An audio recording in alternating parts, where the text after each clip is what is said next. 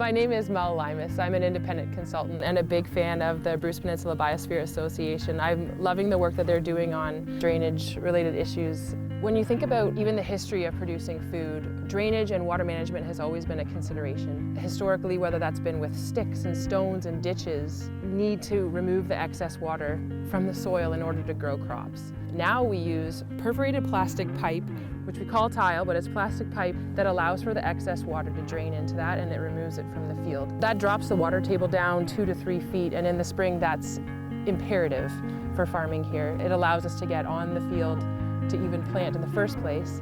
Drainage tile is just taking the excess water, the gravitational water. Soil still holds on to the water that it needs. We've always been managing the landscape in order to grow our food, and drainage is just a really important way to do that. It's a best practice to have drainage that allows more infiltration. Yes, it is a transport pathway, and yes, it is transporting nitrogen and phosphorus, but it also gives us a tremendous opportunity to treat it or control it right there in the system. I'm a local farmer. This is where I grew up, and I am also the vice chair of the Biosphere Association, and we are working on a project to help manage field water. We call it the Next Generation Field Water Management System.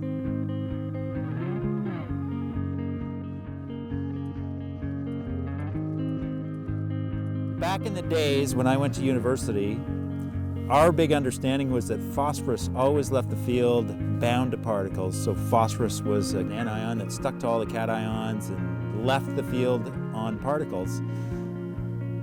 And so you could do things to help keep the phosphorus on the field. The first thing you always wanted to do was get the right amount so that the crop was taking up the phosphorus. And you wanted to get it in the right place so the crop roots could intercept the phosphorus and incorporate it back into the crop. And then we started to realize that no matter how hard you try, there's always a little bit of phosphorus that's going to come off the field. A little bit escapes. Like 2% of everything that we put on goes into solution. Sometimes the plants get it, sometimes it goes down into the tile drains. And those tile drains go to the stream, and even though it's just a little bit, we wind up putting a little bit too much phosphorus into the streams, and that can become a problem in places like Lake Erie. It can lead to inshore fouling in places like Lake Huron and in these inland streams. The important thing that phosphorus does is it makes up the backbone of the DNA and RNA that help code for the proteins. The second thing is it forms molecules that serve as energy carriers inside the plant, so it's a super critical nutrient. So everything can grow until it runs out of phosphorus. So super important that you get the right amount on the crop for optimum growth. Super important that you manage it somehow when it's headed for the stream. I think tile drainage and controlled drainage are a real opportunity. There is almost no other way that you can bring all that water to a single point, and when you get it to that single point, you can manage it once it gets there. So controlled tile drainage is an opportunity to manage the water and probably an opportunity to manage the phosphorus at the same time. Nutrient loading is concentration multiplied by the flow, which means there's 2 ways to reduce nutrient loading. One is to reduce the concentration, the other is to reduce the flow.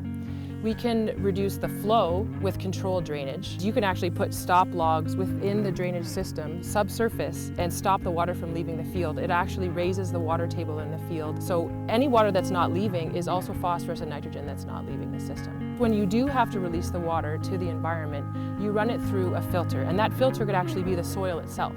So a saturated buffer is where you're running the water through the soil, and it's the vegetation that's getting those nutrients. That's more of like a biological process. Or it could be a chemical process where you're running it through an actual filter filled with media. And that media, if it's wood chips, for example, does a great job of reducing the nitrates in that water. And so it cleans it up a lot. And then when you do discharge the water, then you've cleaned out that dissolved nitrogen. As for phosphorus, it needs a source that's more like iron or aluminum. The Biosphere has been working with different types of media that would reduce phosphorus. Yes, so this is the carboxymethylcellulose iron flakes. And so we made these by dripping carboxymethylcellulose into water that had iron chloride added to it. They make a nice little bead, and then the iron infiltrates into the carboxymethylcellulose membrane. The last thing that we did was we adhered the beads to this bark. So this is cedar bark, and this was what we put inside of our cartridges to filter the field tile water.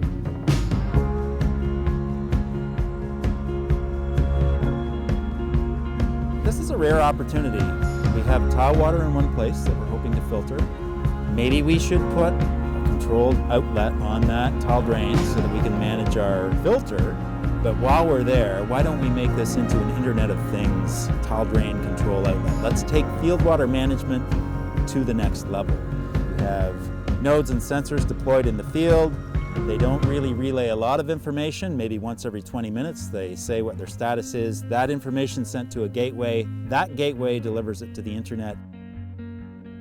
Press a virtual button on your phone, that goes to the internet, that comes back to the gateway, and it can go back out to the nodes. And so it's possible to do two things. One is see what the status of the moisture in the field is, see what the temperature of the soil is, take a look at the weather and decide whether it's time to close or open that drain. Also, you can have the logic built into your application so that your application can close and open the drain and send you a little alert saying, we've closed your tile drain control structure. The water is being kept on the field. We're still learning.